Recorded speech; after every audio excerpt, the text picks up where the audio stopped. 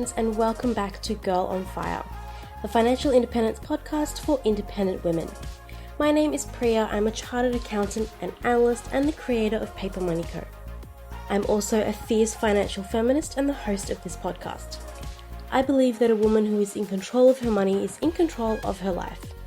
This week, we're talking about the 4% rule for investing and retirement. It's also sometimes known as the 4% withdrawal rate or the 25 times rule. We're going to talk about what it is, where it comes from, and what it means for your wealth and retirement. We're also going to talk about whether or not it actually works, because it's a common rule of thumb, and you know how I feel about those. But before we get started, I want to remind you to head to my website, papermoneyco.com/start investing, and download your free copy of my investing starter guide. It's totally free. You just need to enter in your email address and I'll send it straight to your inbox. And then I want you to start working through it. It gives you a plan to follow, step-by-step instructions to get ready to start investing and building real wealth. If you're really serious about learning to master your money, then it's the perfect guide for you, and I'd hate for you to miss out on it. As always, Girl on Fire is about learning, so whip out your favorite notebook or journal and get ready to take some notes. If you're not into writing things out by hand, you can always find the transcript on my website, papermoneyco.com/GOF23. Okay, let's dive in. So what is the 4% rule?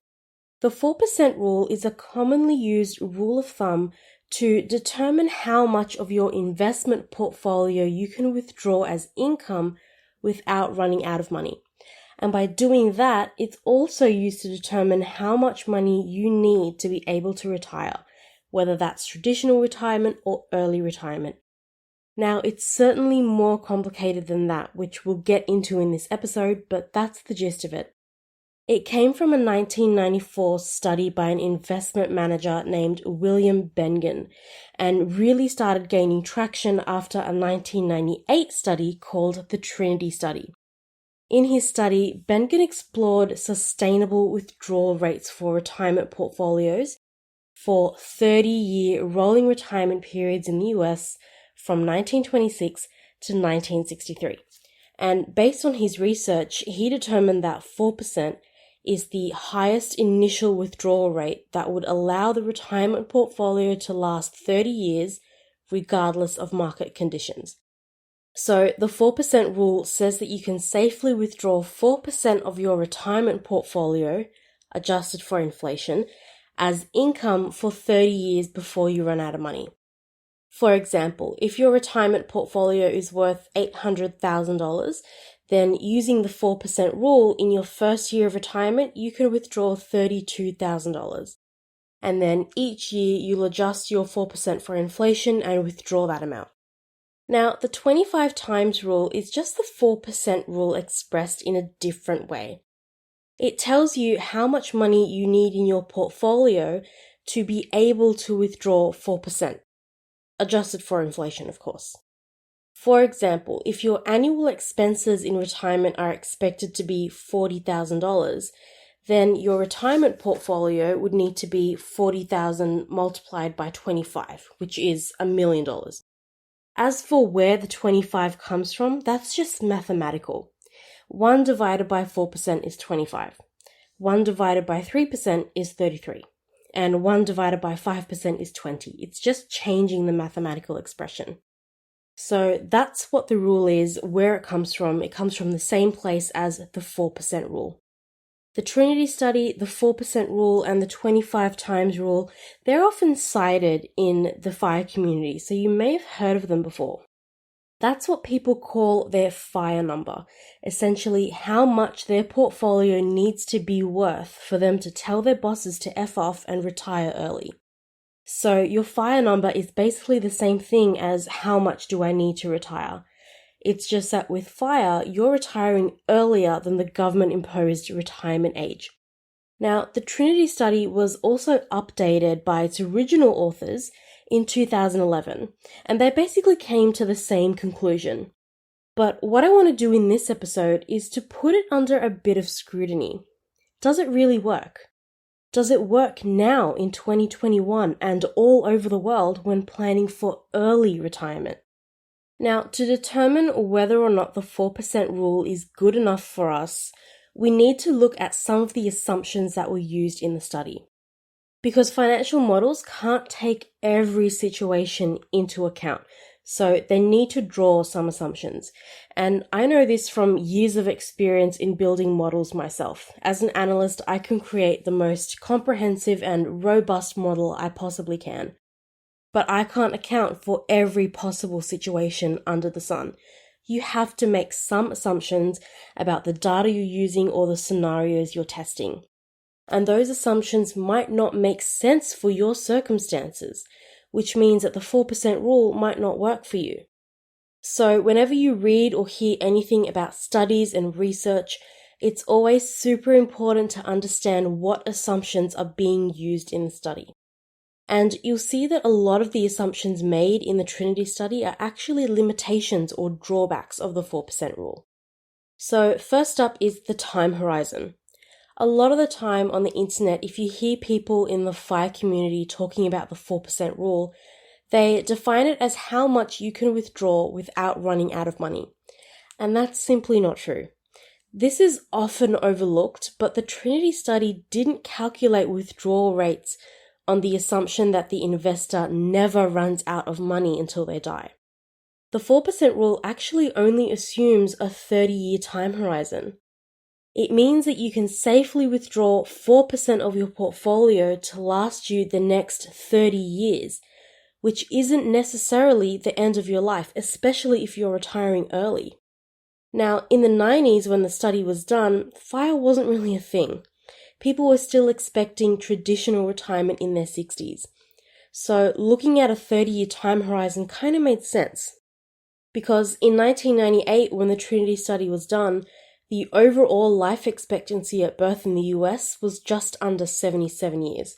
And I'm quoting US figures here because the study was done based on US data, which we'll talk about a bit later in this episode. So if you retired at 60 or 65, your 30-year time horizon would get you to 90 or 95. So your retirement money would outlive you by a good 10 to 15 years. But that doesn't work so well nowadays. Because for one, life expectancy has changed. It's increasing.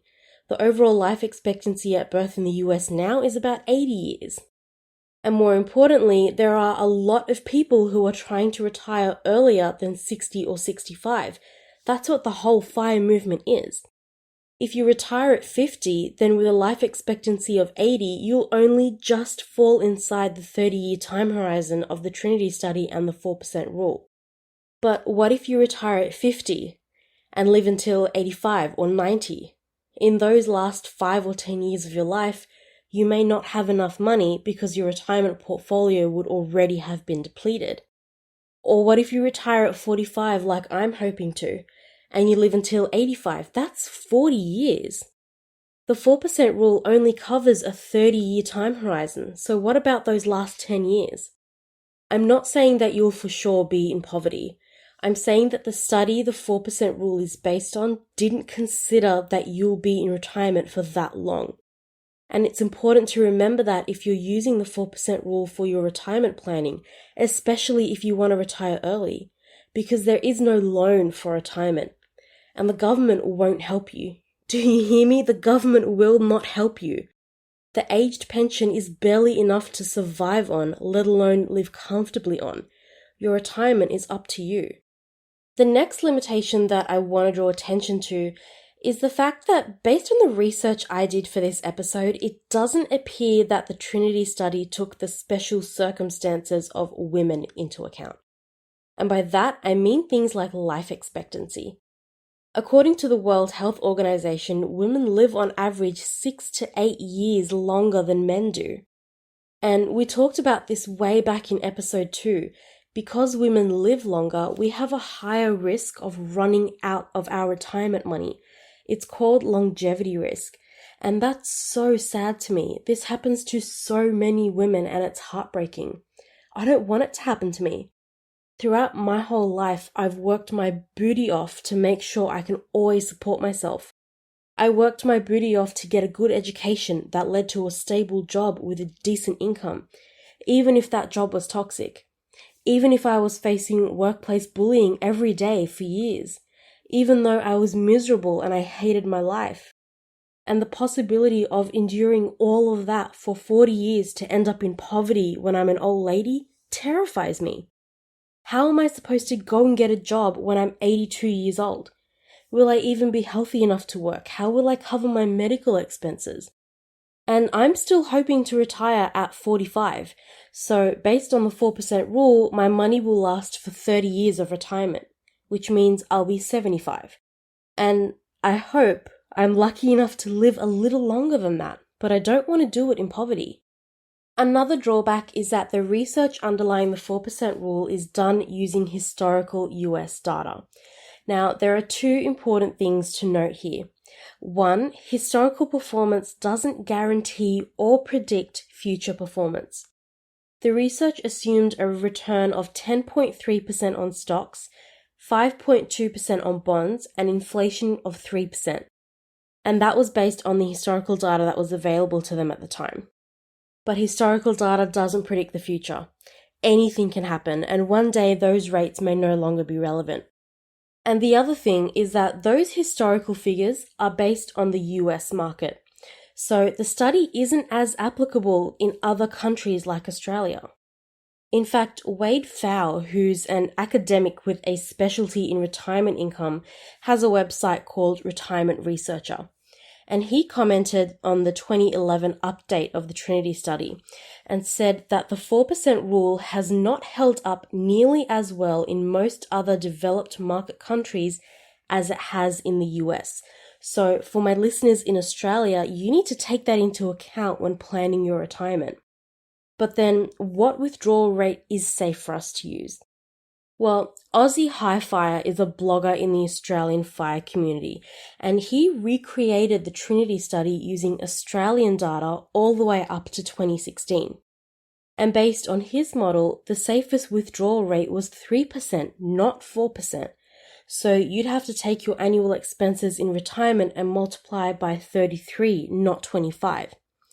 For example, if your annual expenses were $50,000, you'd need a portfolio value of $1.65 million. Under the 4% rule, you'd need only $1.25 million. That's a difference of $400,000. I'll leave his article linked in the show notes if you want to check it out. So again, you can see that the 4% rule isn't gospel. Another thing to note is that the Trinity study and the 4% rule is based on stocks and bonds. Remember, it assumes a 10.3% return on stocks and a 5.2% return on bonds. It doesn't include a real estate portfolio.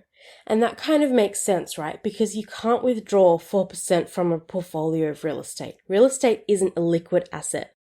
But a lot of the time out there on the internet, you'll see people calculating their FIRE number and their progress towards that number. But they'll include their real estate holdings in that as well. And that could be problematic. Especially in places like Australia, we're in a massive real estate bubble. Old houses that should honestly be knocked down are selling for over $1 million. And if you purchase a house like that, yes, you take on a massive mortgage, but it also adds to your assets overnight. And as the property values keep increasing until the bubble bursts, your net worth is going to increase dramatically. We talked about net worth in episode 11, so if you're a bit confused, go back and listen to that one. That can make it look like you're getting closer and closer to your FIRE number, but you can't draw down on real estate like you can with stocks and bonds. You're going to have to sell it to get your hands on that cash, and that's a piece of work all on its own. And once your real estate is sold, you're not making any more returns from it, so it's not the same thing. For example, let's say that your portfolio gets to $1 million and you're ready to retire early. But $700,000 of that, 70%, comes from the value of the real estate you hold. You don't get access to that as income to live on. You might be making money on it by renting it out, but at least in Australia, rental yields are really low because property values are too high. We're in a big bubble. There's only so much you can make off your tenants. But you can't just withdraw 4% from your real estate holdings. You'd need to sell it in order to get your hands on that cash. But what if you don't sell it? What if you're making rental income, but it's all going towards property management expenses, so nothing in your pocket? That means you only have $300,000 of your total portfolio that you can actually withdraw for retirement income. And under the 4% rule, that's $12,000 a year. That's nothing. Before we move on, I want to ask my girls on fire for a favor. If you've listened this far into the episode, then you're probably enjoying it, right? So here's what I'd like you to do next. Pause this episode for a few seconds and head on over to papermoneyco.com/podcast review. I want you to leave a rating and a review for Girl on Fire because that helps me provide better content and it helps other women out in the internet wilderness come and find us. It's also a great way to support this show for free, and I'd love to send you a little something to say thank you. So take a screenshot of your rating and review and email it to me at priya@papermoneyco.com or share it on Instagram and tag me at papermoneyco. If you do that, I'll send you a copy of my FIRE and investment calculator, which, if I do say so myself, is pretty damn amazing. It's how I plan for my early retirement and my wealth. It shows me how my wealth is going to grow, when I can retire, and how long my money will last. It also has a separate tab that takes Australia's superannuation into account as well. And you can use it to analyze companies and different investment options when you're picking stocks too. I've never actually seen anything like it before, so it's pretty special. And I'm currently not offering that spreadsheet anywhere else except on Patreon. Not in my shop, not to my email list, it's a ghost. So this is kind of a money can't buy type deal. The only way to get your hot little hands on that spreadsheet is by leaving a rating and a review, taking a screenshot and tagging me in it. That URL again is papermoneyco.com/podcast review. I made it nice and easy for you. So go hit pause and do that right now. It's okay, I'll wait. Okay, that concludes my little ad break, so let's get back to it. The next drawback I want to address about the 4% rule is that the original Trinity study in 1998 assumed that the investor maintains a balanced portfolio of 50% stocks and 50% intermediate-term treasury bonds. And then when they updated it in 2011, they said that a withdrawal rate of 4 to 5% was suitable for portfolios of 50% or more in large company stock. Now, we talked about stocks and bonds in episodes 14 to 18 if you want to go and check that out. But we know that stocks are inherently more risky than bonds. So the study has actually been criticized by some experts for being too risky. Because the truth is this, bonds are generally considered to be safer because their yields aren't very high. The lower the risk, the lower the returns. Now, when your time horizon is longer, you have the ability to take on risk. More of your portfolio is generally allocated in stocks than in bonds. So, for example, you might be super aggressive and have 100% in stocks. Or if you're trying to grow your portfolio but you want to be a little conservative, you might allocate 30% to bonds and 70% to stocks. And then as you get closer to retirement, your time horizon shrinks, which means that your risk tolerance becomes lower. You can't afford to lose everything now because then you'll have to go out and get a job and no one wants that. So then you rebalance your portfolio to be 50% in stocks, 50% in bonds, and even 50-50 split. And as you get even closer to retirement, you adjust it to 70% bonds and 30% stocks.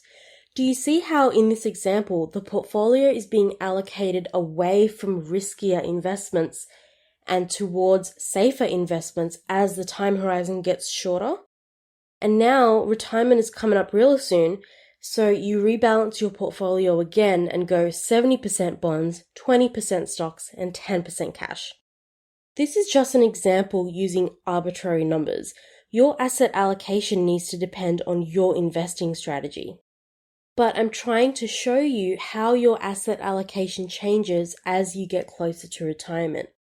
So if you're in retirement and start to draw down on your portfolio for income, A 50-50 allocation between stocks and bonds, as suggested by the 4% rule, might be way too risky.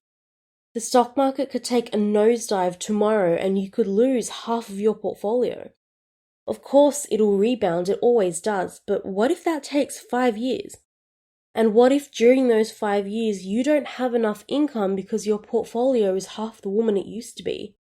And like I said in episode 18, when we talked about bonds, you could go super conservative and put the majority of your money in bonds right from the start when you still have decades to go.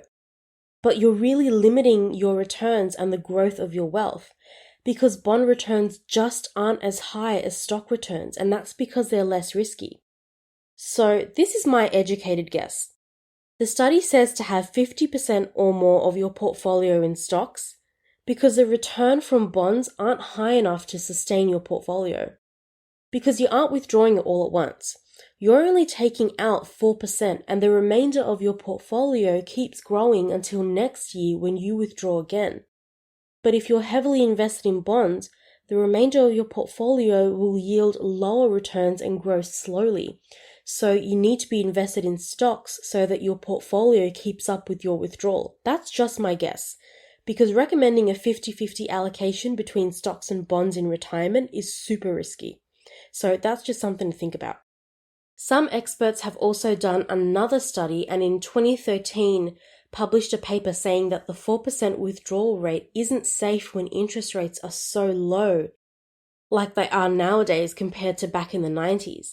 Because back then when interest rates were higher, bond and dividend yields were also higher, which means that even though you were taking money out of your portfolio, the rest of it was still growing. But nowadays it might not be growing fast enough to keep up with your withdrawals. You're eating your cake faster than new cake can be made. Total side note here, I just found out that you can Uber Eats from the Cheesecake Shop. That means I can have cake delivered to my home. You don't know how life-changing this is. Okay, so next up, the Trinity study assumes that you're withdrawing the same amount of money every year. Now, it is adjusted for inflation, which the study assumes at 3%. So you're withdrawing 4% in the first year, and then in the subsequent years, you're withdrawing 4% adjusted for 3% inflation. It's assuming that your expenses never change apart from inflation. But that's not really how life works. You might get sick and have a few extra medical bills, especially as you get older. Or you might take a huge international trip every couple of years, and that increases your costs in those years too. Think about all the things you would do right now if you didn't have to go to work. When you're retired, you actually get to do those things.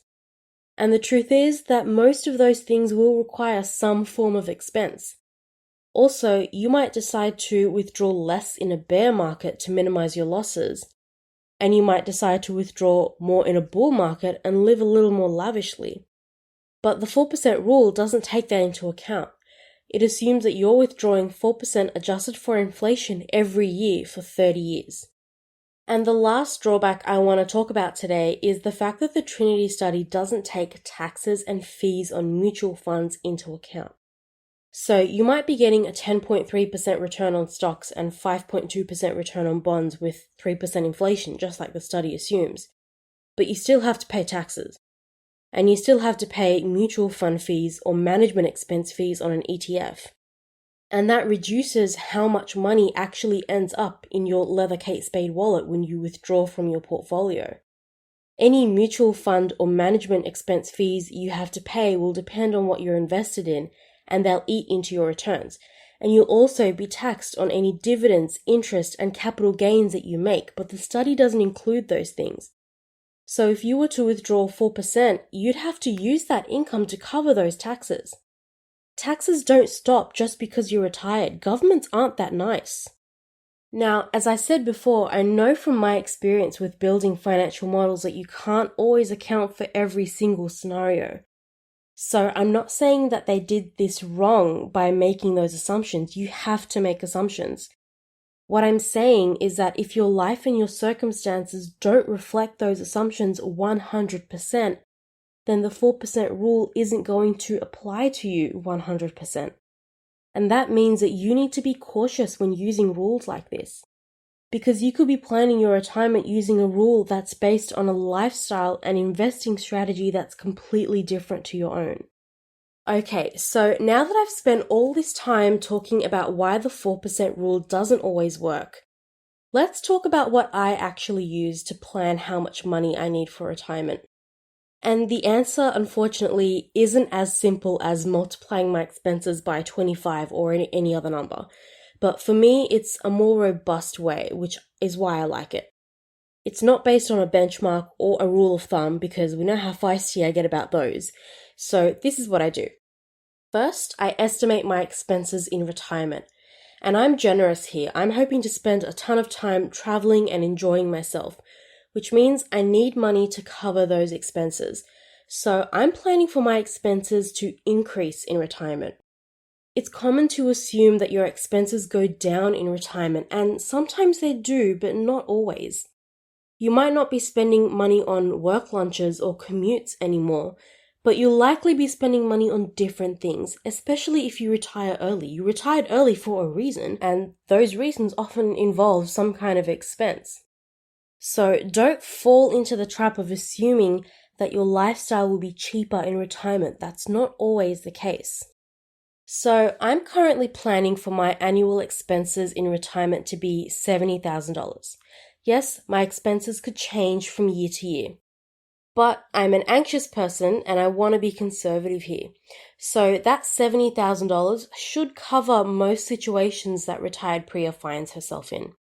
I think in a previous episode, I mentioned that I was planning with $60,000 or $65,000. But clearly since then, I've decided to live a little larger, so my target has changed a bit. The next thing I do is determine how long my retirement is going to last. So that's the number of years between when I retire and when I die. Now, fire with Australia's superannuation retirement system can get a little bit complicated. It's definitely something I want to dedicate a whole episode to.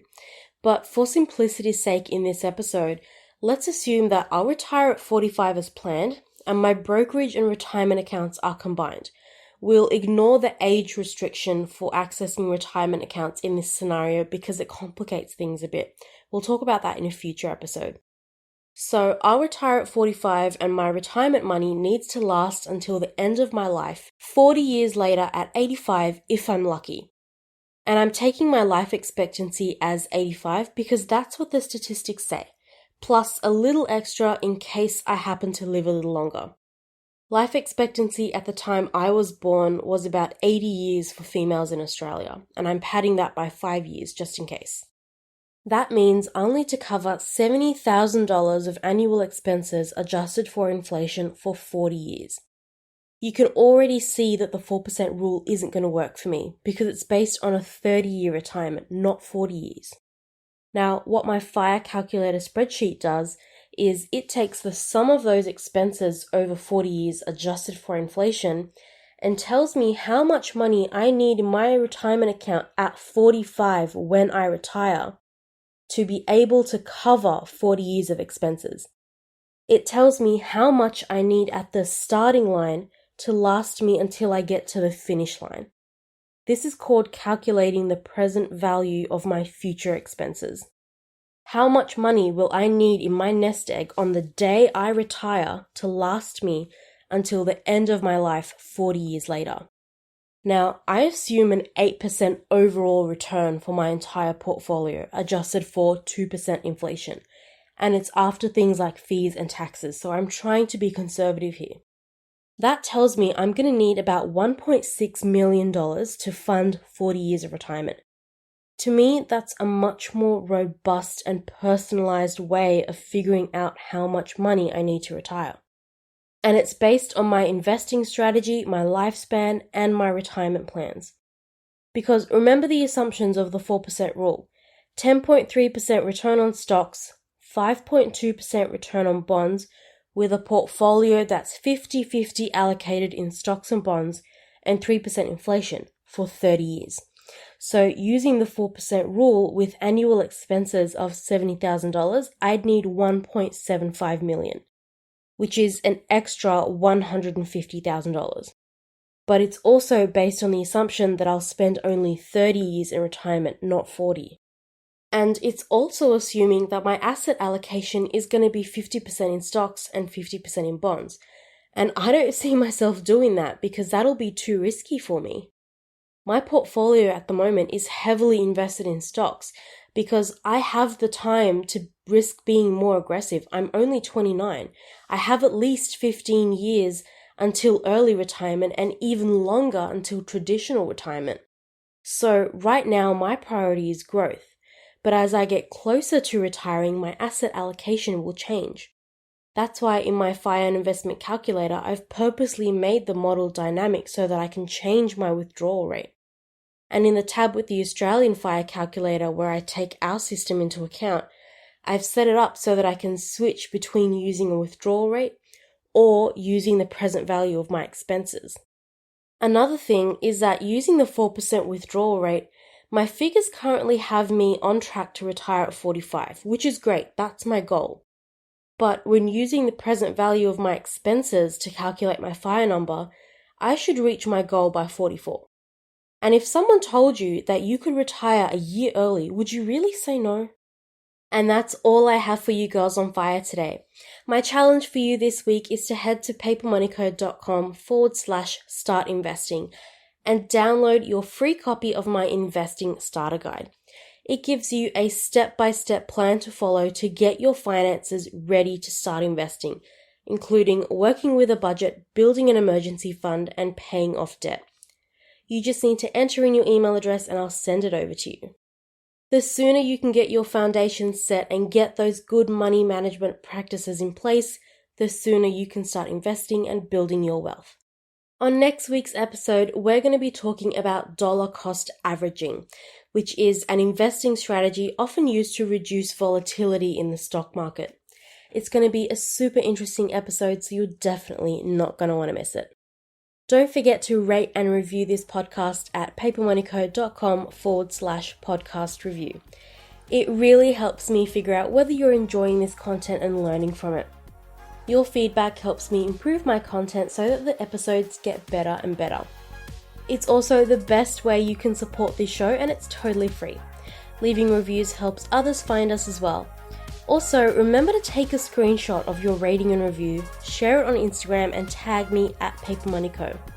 I'd love to send you a copy of my FIRE and investment calculation spreadsheet for free to say thank you for your support. It's currently not available anywhere else except on Patreon. As always, if you enjoyed this episode or found it interesting, then spread the love and share it with your friends. Bye for now, I'll see you next week.